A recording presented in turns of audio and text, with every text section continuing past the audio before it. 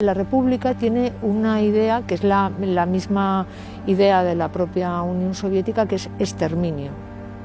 Y el exterminio se lleva a cabo. Pero mira, ¿sabes qué pasa? Que quedan las viudas. Tenían que haber eliminado también a las viudas y a las hijas, porque si no yo no estaría aquí recordando a los míos.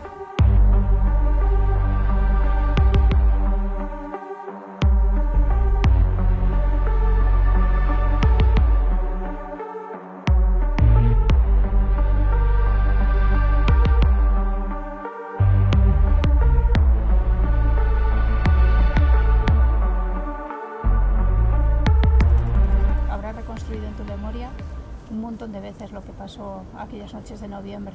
Pues mira, muchas veces, porque en casa siempre se habló de lo que había pasado.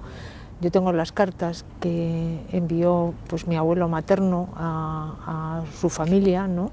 Porque era un dolor constante, ¿no? O sea, mis padres incluso, fíjate, en el último momento de su vida, los dos recordaban lo de Paracuellos. Para ellos ha sido una herida abierta toda la vida, ¿no? No recuerdo un noviembre de mi vida que no haya venido aquí. Mi padre, cuando detienen a mi abuelo paterno, tiene 13 años. Van a la casa, ellos vivían en la calle Sahí de Baranda, está todo documentado con certificados y todo, ¿no? Entonces van a la casa y en la casa solamente estaban los dos hijos pequeños, mi tía Luz y mi padre, con 13 años. Otro de mis tíos, mi tío Antonio, ya estaba preso, estaba en la Modelo por haber hecho el listado de los que se presentaban por el Bloque Nacional Español a las elecciones de febrero del 36. Y por ese motivo ya estaba detenido. Ellos pertenecían a Renovación Española, eran del grupo de Goicoechea, ¿no? Y eran monárquicos, toda la familia paterna. Entonces se llevaron a mi abuelo y se quisieron llevar a mi padre. Lo que pasa es que mi abuela lo escondió. Cuando oyó las pisadas de los milicianos y tal, no era la primera vez que iban, pues entonces escondió a mi padre, siempre me lo contaba, en una especie de arcón donde había ropa de la casa y tal.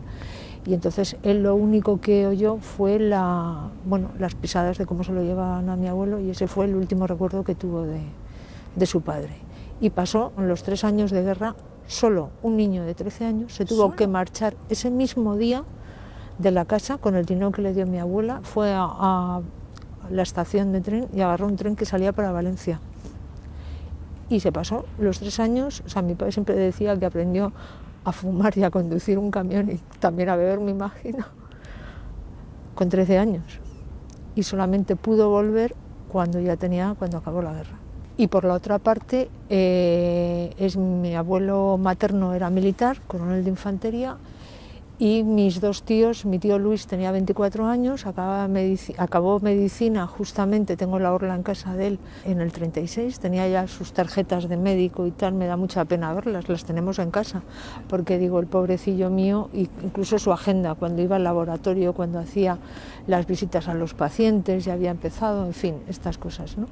Y era falangista, era jefe de escuadra de Falange. Y el pequeño tenía 17 años, cumple 17 años en la cárcel, el tío Quique, Enrique, y le gustaba el fútbol y esas cosas. Un niño con 17 años, 16 cuando se lo llevan. Estaba jugando en la calle, me contaba. Estaba jugando al fútbol. Y entonces, pues porque había además un director de cine antiguo, español, hacía spaghetti western y cosas de estas, ¿no? Y era muy amigo de él. Y entonces yo siempre recuerdo a este señor, cuando nos lo encontrábamos, decía, siempre me acordaré de ese día, cuando se lo llevan, que es el 24 de octubre, que estábamos jugando en la calle al fútbol, y dijo Quique, subo a casa corriendo porque mi padre, ya sabes, como buen militar, como es con los horarios, tal, y se lo llevaron, claro. Dice, si se hubiera quedado 5 minutos más, pues no se lo habrían llevado. Y en la casa vivía, porque además no solo, a ellos los mataron, pero a otros, había bastantes militares que vivían en la casa, pues algunos los detuvieron, otros consiguieron volver, etcétera. Y había un futbolista del Real Madrid, Ricardo Zamora, que era portero del Real Madrid.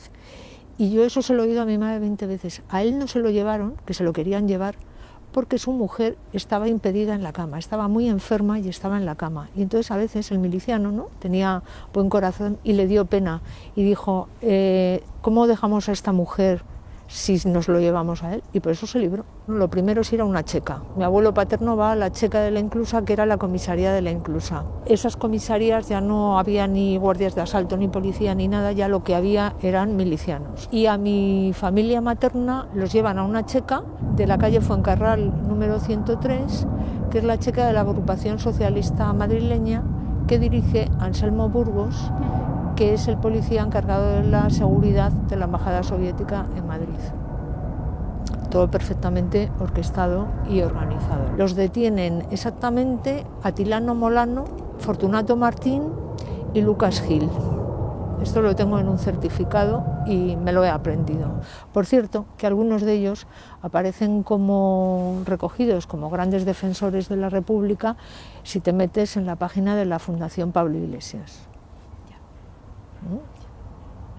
Bueno, de allí pasaron a la Modelo. A la Modelo la primera carta es el 26 de octubre. Bueno, es una carta diciendo no os preocupéis, estamos bien. Había un horario de visita que era de 2:30 a 3:30, donde había que llevarles la comida, colchón para dormir, piden hasta un colchón, y no les daban, a los presos de la República no se les daba comida. Entonces lo tenía que llevar la familia. Mi tía mayor, la mayor, acompañaba pues la de la segunda, porque mi madre, ya te digo que era la pequeña también, pues eran las que iban a la cárcel a llevar la comida. Mi tío pidió el botiquín, como era médico, pidió el botiquín pues porque no tenían médicos en la cárcel, lógicamente, ¿no? Y entonces para atender a sus compañeros de cautiverio, para ayudarles, para tal, ¿no? Y mi tía se tuvo que volver a llevar el botiquín. El día 7 de noviembre tengo la última carta fechada, ellos van en la segunda saca, entonces ya es una carta de despedida, ya se sabe perfectamente que van a morir, ellos ya lo saben.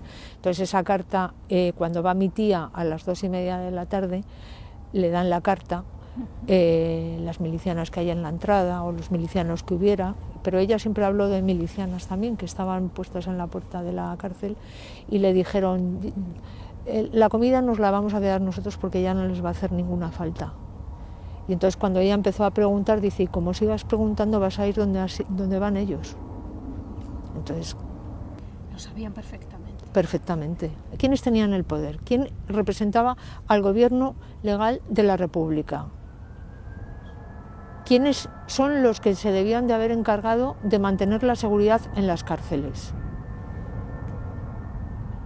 ¿Cómo se podía permitir por parte de la República la existencia de checas? Perfectamente orquestadas y organizadas, porque se sabe, la checa de Bellas Artes, la checa de Fomento, la checa de la Inclusa que te he hablado antes. Madrid estaba lleno de checas que trabajaban a plena luz del día, buscaban a los padres con los hijos. Eso está documentado perfectísimamente. O sea, es que en mi casa no quedaron varones. Hay muchísimas tumbas aquí que hay padres con sus hijos. Más de 200 menores de edad son los que hay en Paracuellos. Cualquiera que luego se pudiera a lo mejor incorporar a filas. Pero a filas con 13 años, el fiscal general de la República, Valentín Gamazo, lo matan con sus 4 hijos y de diferentes edades. Entonces, ¿qué peligro podían representar? Detener a las mujeres, detener a los agustinos que hay aquí, matarlos, muchos de ellos menores de edad. Ese no es un peligro. Decías antes que tú hablas desde el dolor. Pues sí, porque aquí hemos venido siempre a rezar. No hemos venido a otra cosa. Pienso en mi abuelo, el que murió solo, ¿no? Sabiendo que su otro hijo estaba en la cárcel también y que afortunadamente se libró porque estaba enfermo y no lo pudieron ni siquiera traer. Y mi otro abuelo, mi abuelo Enrique, con sus 2 hijos. O sea, pensar que mueres con tus hijos, que ellos van, que te acompañan, ¿no? Y ese dolor, o sea, es que a veces veo fotos de mis 2 abuelas que nunca se quitaron al negro, siempre con una sonrisa triste, ¿no? Claro, has perdido a tu marido y a tus 2 hijos.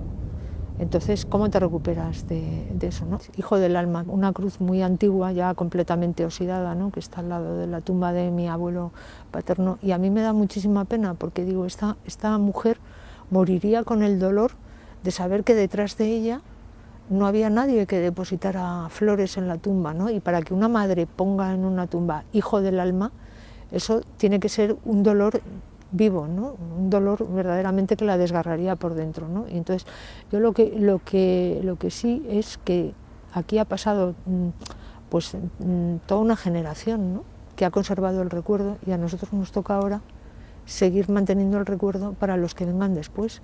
Entonces lo único que queremos es seguir haciendo lo que hemos venido y lo que hemos visto hacer a nuestros padres, ¿no?, y a nuestros tíos, pues venir, rezar y mantener vivo, pues como tengo que en mi casa parece un santuario, ¿no? O sea, en el despacho las fotos de los asesinados, ya con eso ya tengo ahí todo un plantel, ¿no? Porque en el pueblo de mi padre pues mataron prácticamente, cuando mi padre llega con 16 años, huyendo desde Valencia, desde donde puede, intentando acercarse al pueblo y pensando que le van a cobijar, que van a estar ahí todos sus primos, sus parientes y tal, y no quedaba ninguno para que una madre guarde, y sus hermanas, al cabo de tantos años, las notas del colegio, el libro de familia, el libro de... Vivísimo. Claro, esto es para no olvidarlo nunca. Es que hay que pensar que en el año 40 cómo vendrían aquí las viudas cuando ya se supo que aquí estaban, ¿no? ¿Cómo vendrían? No tenían coches, no tenían nada, entonces venían andando como podían. O sea, a mí eso me lo han contado en casa 20 veces, ¿no? Y esto se ha sostenido pues gracias a las viudas, a los hermanos, a los hijos. Ahora nos toca a los nietos, a los bisnietos, que son los que mantendrán aquello.